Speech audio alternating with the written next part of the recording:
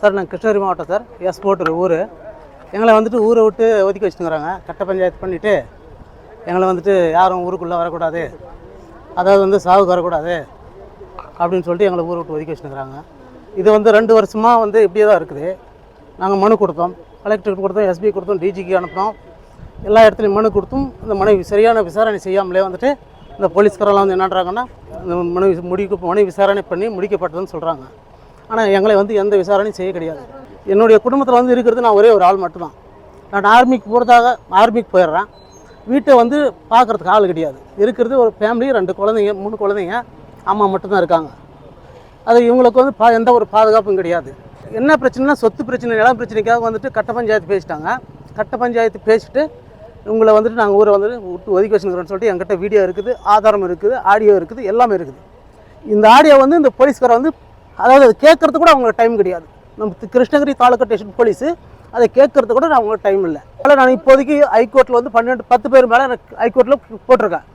போட்டு இருக்கிறதும் அப்படி போட்டும் மறுபடியும் அவங்க பக்கம் தான் வந்து சப்போர்ட்டாக பேசிட்டு இருக்கிறாங்க. இப்போ இருக்கிற சுச்சுவேஷனுக்கு வந்து நம்ம கிருஷ்ணகிரி தாலுக்கா ஸ்டேஷன் கட்ட பஞ்சாயத்து ஊர் கவுண்டரு, வரி கவுண்டரு, மந்திரி கவுண்டரு அவங்க தான் சார். நேற்று நைட்டு சார் எங்கள் ஹஸ்பண்ட் வந்து 9:30 மணிக்கு டவுனுக்கு போயிட்டு பசங்களுக்காக திங்ஸ் வாங்கிட்டு வரதுக்காக போனாங்க.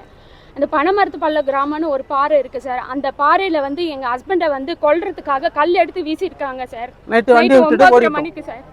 அந்த இடத்த விட்டு ஓடிட்டு பக்கம் ஒரு வீட்டுக்கிட்ட போயிட்டு தகவல் சொல்லி அதுக்கப்புறம் அவங்க தங்கச்சிக்கு ஃபோன் பண்ணி சொல்லி வந்திருக்கிறாங்க சார். வந்து 10 பேருக்கு மேல வந்து என்ன எடுத்து போய் மறுபடியும் வீட்டுக்கு விட்டாங்க. இல்ல சார், எங்க வீடு வந்து தனியா 5 வீடு மட்டும் தான் இருக்குது சார். 5 அண்ணன் தம்பிங்க வந்து 5 வீடு தான் சார். இந்த 4 அண்ணன் தம்பிங்க எங்க மாமனார் கூட பிறந்தவங்க வந்து 5 பேர் சார். அதுல வந்து எங்க ஹஸ்பண்டுடைய அப்பாவும் ஒருத்தர் சார். இந்த 4 பேரும் அவங்க இருக்கும் போது, உயிரோட இருக்கும் போதே கிட்டத்தட்ட 30 வருஷத்துக்கு முன்னாடி வாய்மொழியா பாகம் பிரிச்சுட்டாங்க. அந்த பிரிச்சு கொடுத்ததை நாங்க இப்ப அனுபவிச்சுட்டு வரோம் சார். இப்ப வந்து புதுசா நாங்க பிரிச்சு கொடுக்கறத வந்து நீங்க வாங்கிக்கோங்கன்னு கட்ட பஞ்சாயத்து பண்ணாங்க சார்.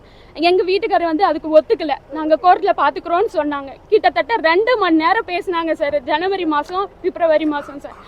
2 மணி நேரம் கட்ட பஞ்சாயத்து பேசி சார் அவங்க வந்து புதுசா நாங்க பிரிக்கிறத வந்து வாங்கிக்கோ நீன்னு வற்புறுத்தினாங்க சார். இவர் அதுக்கு ஒத்துக்கல. அதுக்கு வந்து ஊரை விட்டு ஒதுக்கி வச்சுட்டாங்க சார்.